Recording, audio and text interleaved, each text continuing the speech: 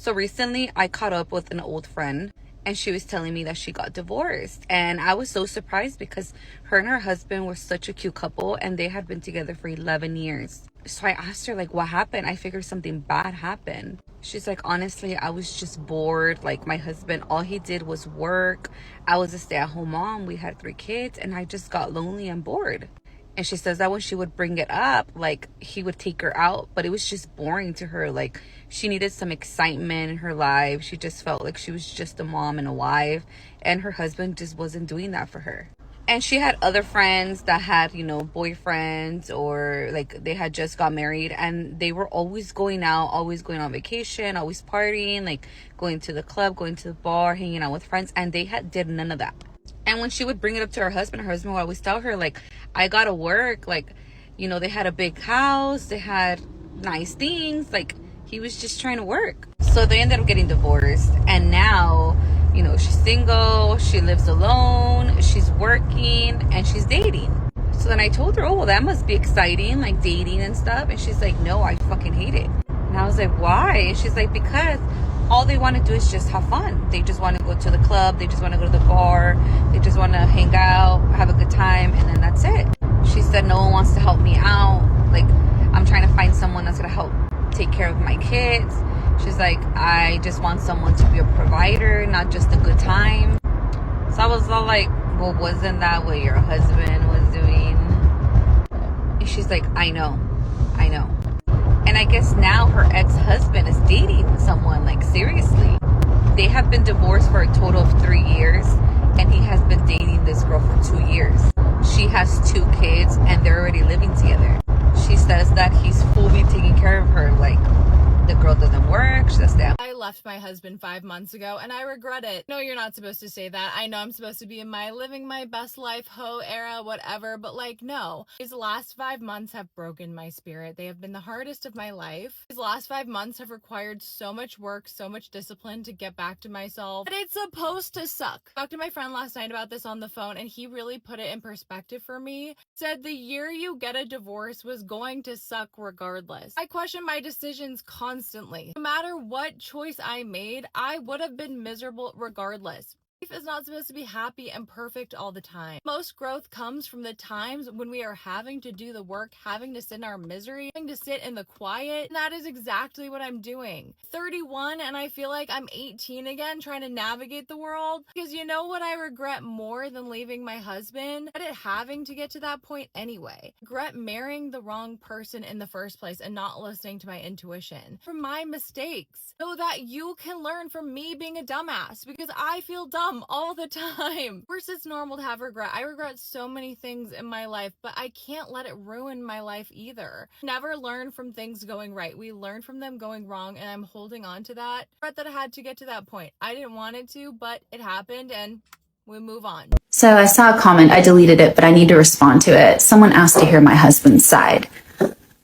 So let me tell you, my husband's side. Well, he loved me and gave me everything he had, and did everything in the world for me. And you know what? I have to tell you though, actually, to his credit, he did do so much for me.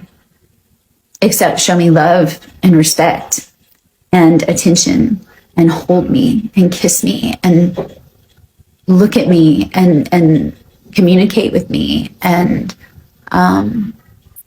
try to have conflict resolution ever. He did everything in the world that money could do or he could physically do, but emotionally, he's been gone since month 2, and I happen to be pregnant. So there's that, and that's very typical of the personality type I'm dealing with. So I've got a business idea. We need to come up with a robot boyfriend or girlfriend, partner, whatever, for people that are going through a divorce.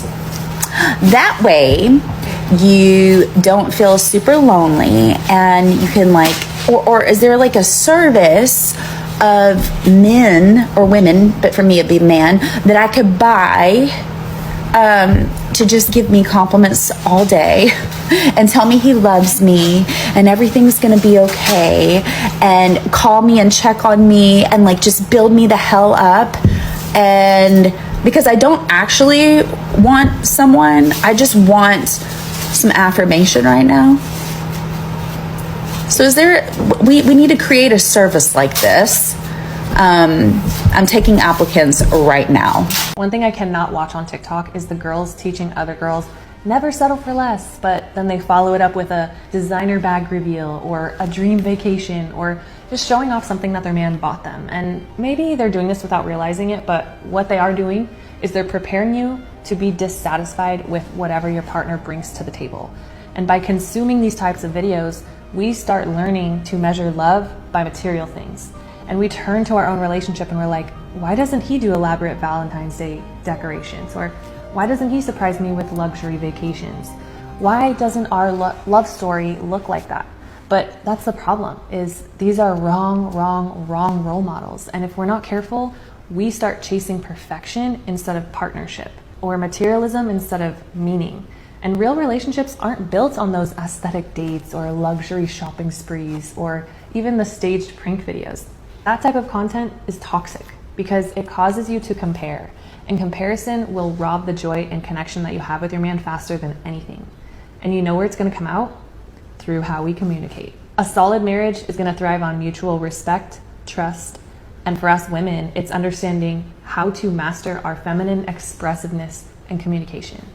You ever notice how women will teach other women to decenter men, while still centering men in every single conversation? The irony is unreal. They'll post videos saying, focus on yourself, sis, but half the content is about what a man did or didn't do. At this point, it's not about self-growth, it's about controlling the narrative. Because never settle for less was never supposed to be about men. It was supposed to be about you, your growth, your development, your character, your mindset.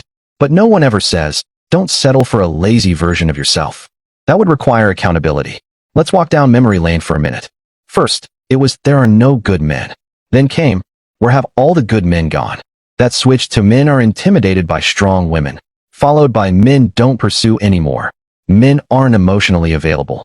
And now it's men aren't desperate enough. You see the pattern? These aren't insights. They're coping mechanisms. They're not coming from men. They're coming from women trying to process rejection, disillusionment, and unmet expectations. Men didn't disappear. They just stopped chasing people who only want them for validation or a lifestyle upgrade. See, men aren't walking around complaining that women aren't desperate enough. They're just setting boundaries, choosing peace, and refusing to perform in relationships that feel transactional. That's not weakness. That's clarity. That's discernment. So two times I've stepped out on my 20-year marriage, 2 times, and not big, a kiss here and there.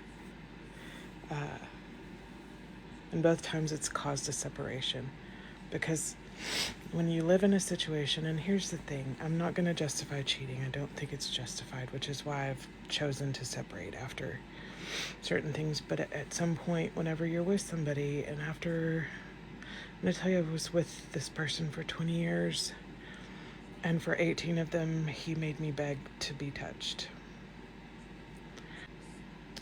The problem is that we get along really well, friendship-wise, but romantically, it was very, very, very, very painful to be unwanted and unloved that way. Friendship-wise, we got along, we were into the same thing, so that helps, but twice I've been approached by blonde-headed coaches. And you'd think that I would pick up on that. It's like, here's your lesson. So I learned my lesson the first time. The second time it smelled a lot like the same.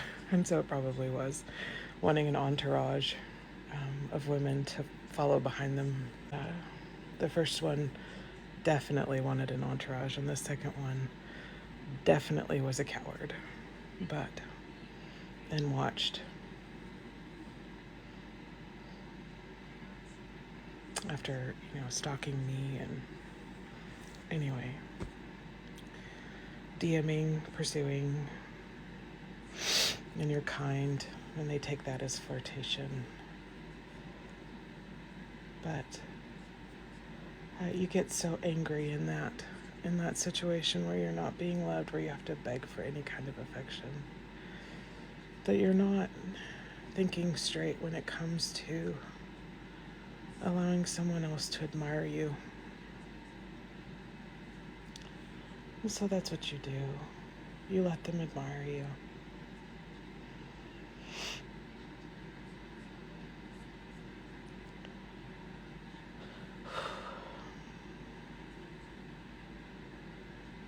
Which is what it is. But at this point, I am choosing me over any relationship where I have slightest temptation that direction. I would rather be alone than have that, because when you're in a relationship with somebody, you should never feel so desperate for attention. You should have somebody on your side. You should have somebody that loves you, that's present for you, that doesn't use that sort of stuff against you. And the people who approach you, that I think a lot of times they see that you're desperate, and it puts you in a really bad situation, and you don't want to be in that situation. And it makes you feel pretty rough about yourself. And so this last one that approached me, regardless of why he did it, it kind of woke me up to the idea that I needed to be alone. I needed to not be married anymore. I needed to, because in my life what I want is that person to be my only person. I don't want to have anyone else, and I don't want to need to have anyone else. I want to be treated respectfully and not disrespectfully. And I want to be appreciated and not tolerated.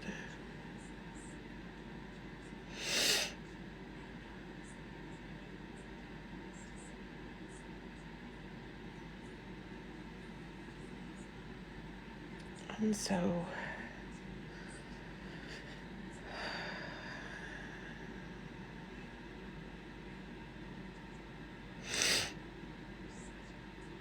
there are pushy people in the world, and I'm going to tell you that both of the people who approached me were pretty pushy. But I chose to allow them to be pushy, and so that's my bad. That was my fault, to allow them to be pushy. But it did wake me up to what I needed to do, and so I did. I'm actively working towards leaving.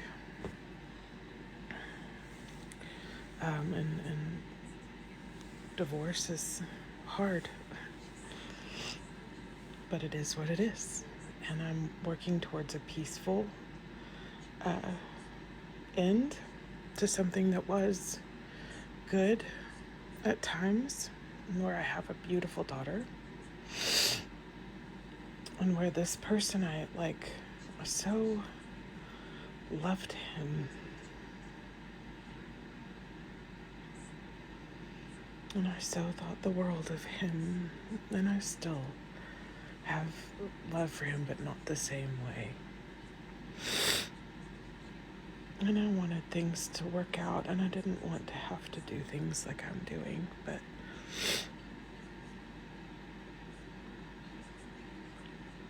at some point you have to choose yourself.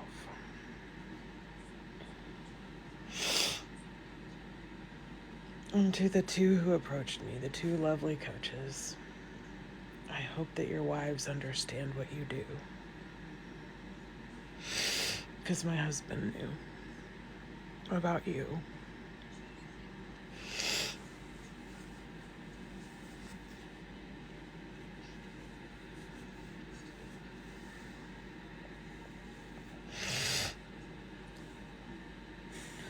And I apologized for even allowing anyone close.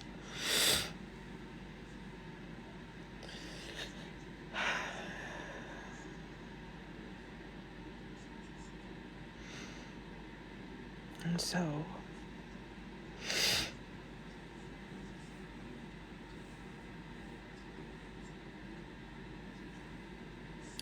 here I am, making it on my own after 22 years.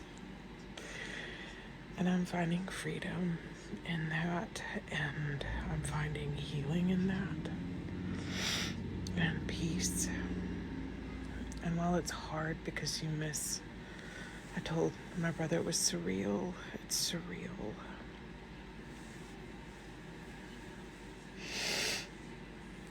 And I'm sure he'd say the same thing, is that it's surreal. But life is life, and life is what it is.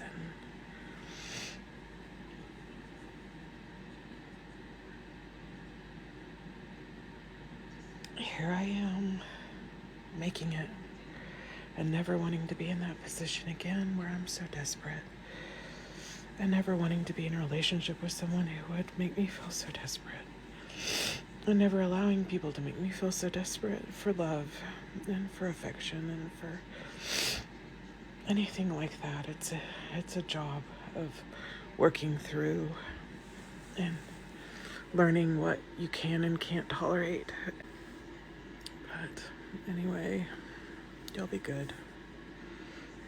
My soon-to-be ex-husband is leaving the house in about 13 hours, and I am now sitting in the grocery store parking lot, ready to go in and buy at least one bottle of wine, because I'm not sure I'm going to make it through the rest of the night without some help. Don't judge. I'm going to go walking first, and that's my backup. But it has been an incredibly stressful day. He was expecting me to do the packing, get everything ready for him to load the car so that he can just go, to go through everything, to find things, all today, the day before he leaves. And I'm not dealing with the stress very well tonight. He's known that he was not only leaving the house, but leaving the state this week. He's known for 2 weeks. And he did not do a single thing with our son before leaving. Not a meal, not going to the movies, nothing. I don't understand that. I don't understand that at all. And I'm not crying because he's leaving.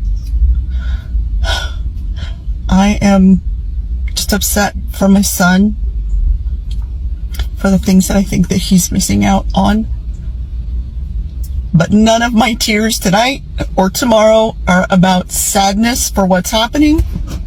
Our marriage has been over for a long time. We've lived separate lives for a long time. He has slept on the couch by his own choice for years. We have been roommates. And now pursuing divorce is just to make things official so that he can completely move on with his life and I can move on with mine, because I still have hope for happiness and for good relationships and for friendships. And today I could use some prayer. I could use a little help, some positive, supportive comments, because I don't know how I'm going to get through the rest of today. So please send positive. So I've come to the realization tonight, I'm not made to date in 2023. I don't understand where the hell. Let it out. This is going to. I'm not made for situationships, whatever the that means. No, I'm made to be a wife and a mom. I want my man to come home to me. I want to have dinner cooked. I want laundry done. I want to do all that. That's what I'm made for. That's what God made me for. I know people are going to be like, it's 2023. Women don't need to be doing that. I want that. I want that. Should have stayed with your husband. Listen, the biggest mistake a woman can make is taking a good man for granted, all because she believes she has options. Let's make something clear. Just because you've got men in your DMs doesn't mean any of them love you. Don't get it twisted, ladies.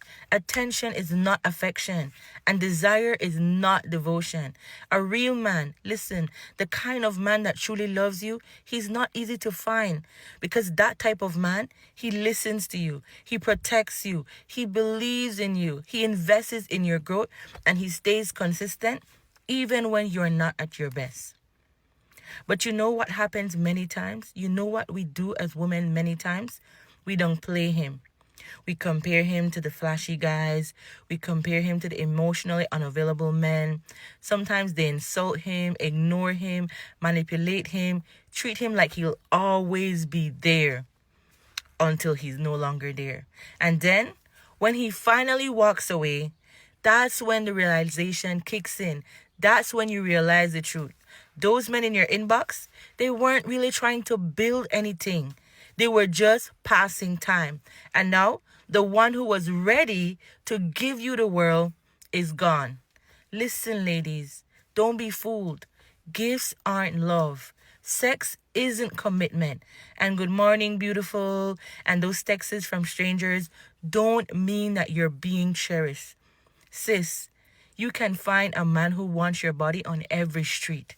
But a man who wants your soul, who wants to help you heal, who wants to build a future with you, that type of man is very rare. So if you've got a man who's consistent, who supports you, who corrects you in love, who forgives you, who invests in you and stays loyal when things aren't perfect, protect that man at all costs. Appreciate him. And stop playing games, sis. Because even the strongest man has a breaking point. And you know what?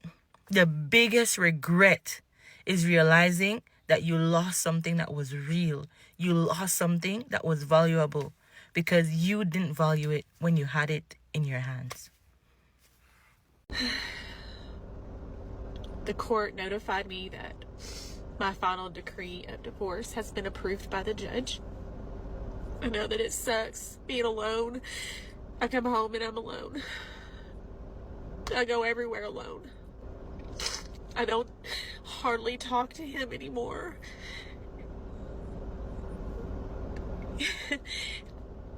I don't blame him.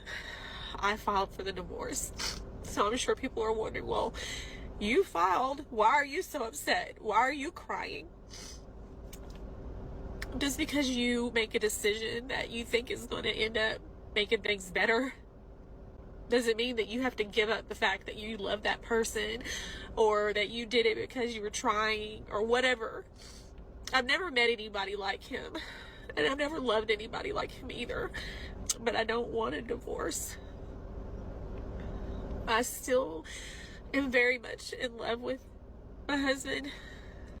A lot of the times, men think that they fucked up a relationship just because the female left him.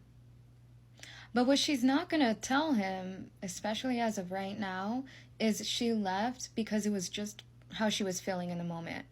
Me personally, I'm fortunate enough to be smart enough to not leave based on feelings, right? Because I'm a committed person. But a lot of these females, they're a little immature, and it's just like in the moment. It's an in the moment thing. And then they're all like, shit, I left, but how can I even come back from that?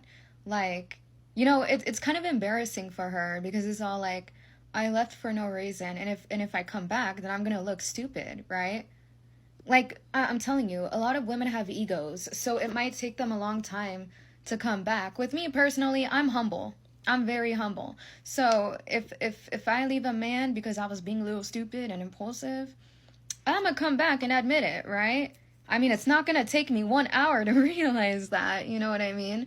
But at the end of the day, like, maybe you didn't fuck up. Maybe she was just trying to protect herself and she was being a little sabotagic.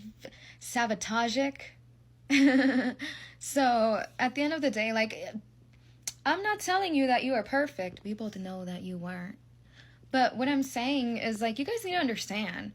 Women don't be all like, oh, I'm just gonna leave this guy because he just respected me. No, it's, I'm gonna leave this guy because I feel upset that he's not doing this for me. And I'm like, sure, I guess women mentally check out before they leave. But a lot of the times that's not the case. Like, a female can be so emotional that she just leaves you, right? Because she has these standards in her head, and then you're not doing it, and it's like, I'm gonna leave, right? So, yeah, take accountability for the contribution that you made to it, but I don't want you to put the full blame on yourself, because, like, no. And of course, women are gonna go in my comments, and they're not gonna admit to this, right? Why would they? Like I told y'all, because it's embarrassing. They're not humble enough to admit this. So, yeah. I'm the one that's gonna fucking tell y'all the fucking truth. But these women are all like, not me though. They're not self-aware enough to realize that they're a problem in some sort of capacity. Sure, it may be true that some women ain't like that, but you get to decipher this, not a random chick in my comments trying to disagree with the shit that I say. I don't believe them unless I believe them. Okay? Because what they're not doing is, yeah, they're saying, I'm not like that, but they're not giving context. Like, oh, your ex, like, slapped you into tomorrow and you didn't come back to him. Oh, yeah, well, right. 101 Coaching in bio. I've tried to make this video 3 times now, and I guess I just can't find the words to say. So I'm going to make it really short. But this is one of, I don't know, 20 or 30 comments that are mostly from men on my post that are straight offended that I left a good man. Let's be clear. You can be the good guy and win, but you have to appreciate and value the woman that you're with. You can't just be the good guy. You can't just be the man that pays the mortgage, the man that takes care of his kids, and the man that's loyal. That's all great. But do you love your wife? Do you date your wife? Do you prioritize your wife? Do you leave her love notes? Do you cook dinner sometimes? Do you make her feel that when she goes to work that she is appreciated? Or is she just the woman at home? So I think it's important to put an explanation, or explain at least, like, what a good guy is. Because I think we're missing the key point of how this entire series at this point started. So my intro video was, it's okay to leave the good guy. So what is a good guy? The good guy is what everyone else gets to see. The good husband is what we get to see. That's what the partner sees, or the good wife in some of your situations. The good guy from the outside is the guy that goes to work every day and makes a good, honest living. That's the guy that takes care of his kids and seems present, or is present. That's the guy that seems to have all of his ducks in a row. His morals are good, his values are good, his friends are good people. From the outside looking in, everybody says that guy must be good to her, because all of those things on the outside line up to be that. You see this stable, consistent guy that gets along with everybody, and everybody just thinks he must be good. Okay, so that's the good guy. What is a good husband? What is a good partner? Let's make it general. What is a good partner? That's somebody that has your back all the time, right? Like somebody that is going to stand behind you, to their families, to their friends, to everybody. You're their person, so they've got your back, okay? That's somebody that can be intimate with you, and it means something. You feel connected, you feel close, you feel loved during intimate moments. That is going out of your way for your partner, even when it sort of inconveniences you. It's something that you want to do because it's something that they need from you, okay? It is an emotional connection. It is, do you want them to feel better? Do you know how to talk to them when they are sad or upset or overjoyed? I think those are just a couple of things that make a good partner, that make a good husband or a good wife. But nobody is going to know if that person is a good husband or a good wife unless you're married to them. So he's a good guy. Was he a good husband? Only I can answer that. I would say What I won't do is I won't bash him.